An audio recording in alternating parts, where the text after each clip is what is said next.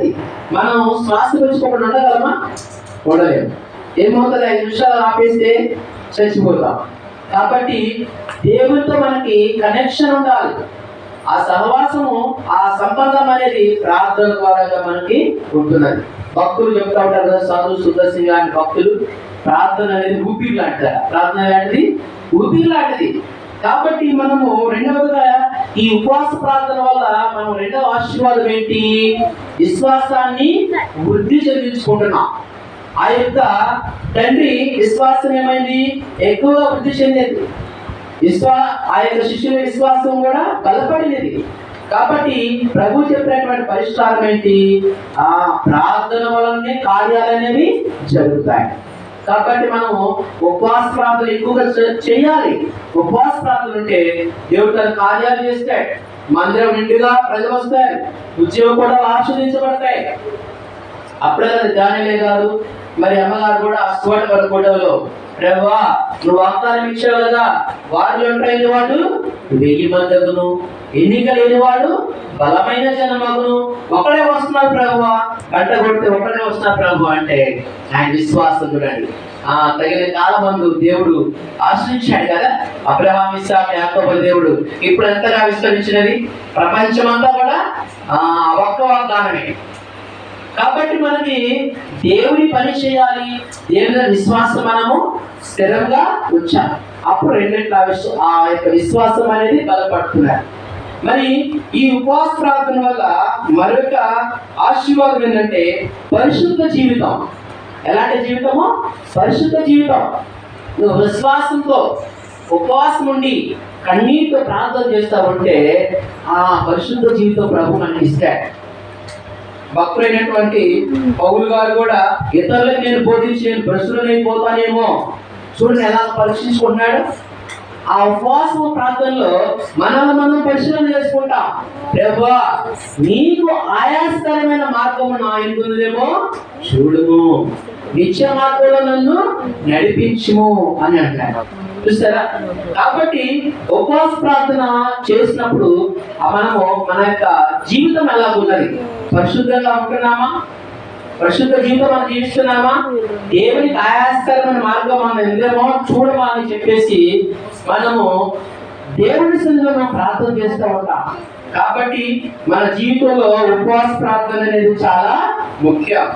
ఆ తర్వాత మరొక ఆశీర్వాదం ఏంటంటే మన అక్కర్లన్నీ మనం పొందుకుంటాం.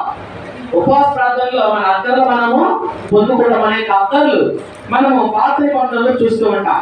హన్న అనేటువంటి భక్తురాలు ఉన్నది.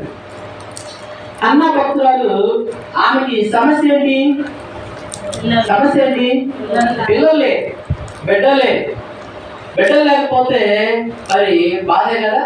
ఇన్ని సంవత్సరాలకి పెళ్ళయి ఇంతవరకు పిల్లలే. సంఘంలో ఎలా చులకనగా చూస్తారు కదమ్మా. నీకు గొడ్డుపోతావా అట్లా అంటూ ఉంటారు. ఎలాగా చాలా చులకనగా చూస్తూ ఉంటారు. రోజు మందిరంకి వెళ్తుంది, ఏడుస్తున్నది. చూడండి ఉపవాస ప్రార్థన చేస్తున్నది, దేవుడి సన్నిధిలో కనిపెడుతున్నది. మనం ఉపవాస ప్రార్థన చేసినప్పుడు ఏం చేస్తామంటే కనిపెడతాం. మన అక్కర్లన్నీ ప్రభువు చెప్పుకుంటాం. ఇప్పుడు అయ్యగారు ఉపవాస ప్రార్థన చేస్తున్నారంటే వాళ్ళకి చెప్పరు, అయ్యా మీటింగ్కి సహాయం చేయండి అని చెప్పరు. అక్కర్లు ఎవరు చెప్తారు? దేవుడికి చెప్తారు. కాబట్టి ఉపవాస ప్రార్థనలు నువ్వేం చేయాలా? దేవుడికి చెప్పాలి. నీ అవసరతలు, నీ అక్కరతలు, నీ సమస్యలు అన్నీ కూడా దేవుడికి చెప్పాలి. అడుగుడి నీకు ఇయ్యబడును, వెతుకుడి నీకు దొరుకుతున్నాడు.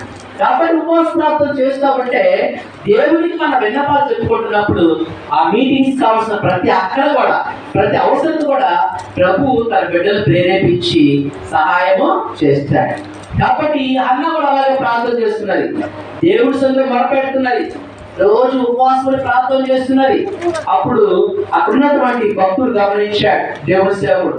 ఏంటమ్మా ఏంటి కన్నీరు? ఆ యొక్క పెదవులతో మూలుగు ప్రార్థన, కన్నీటి ప్రార్థన, ఉపవాస ప్రార్థన.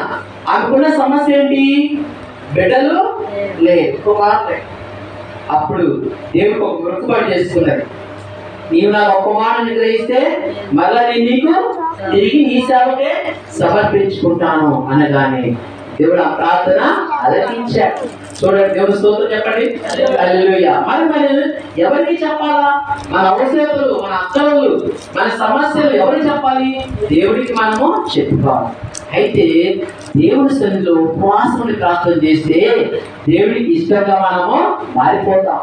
ఉపవాసం ఉన్నప్పుడు ఆ కన్నీరు, మన కన్నీరు అంట దేవుడు తన కౌగిలిలో, తన యొక్క గుడ్డిలో పట్టుకుంటాడట.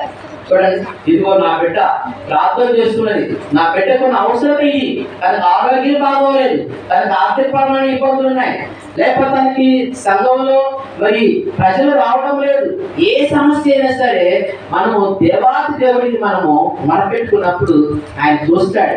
అది యథార్థమైన ప్రార్థన అయినప్పుడు ఆయన మన ప్రార్థన ఆలకిస్తాడు. చూసారా? కాబట్టి హన్న ఆమె యొక్క కోరిక ఏంటి? తన యొక్క బిడ్డ లేరని ఆ తండ్రి సన్నిధిలో ఉపవాసమని ప్రార్థన చేసింది. దేవుడు ఆ ప్రార్థన ఆలకించి ఒక కుమారుని అడిగితే ఇంకా ఆ తర్వాత తనకు 5 బిడ్డలు ఇచ్చాడంట. దేవుడి స్తోత్రం చెప్పండి.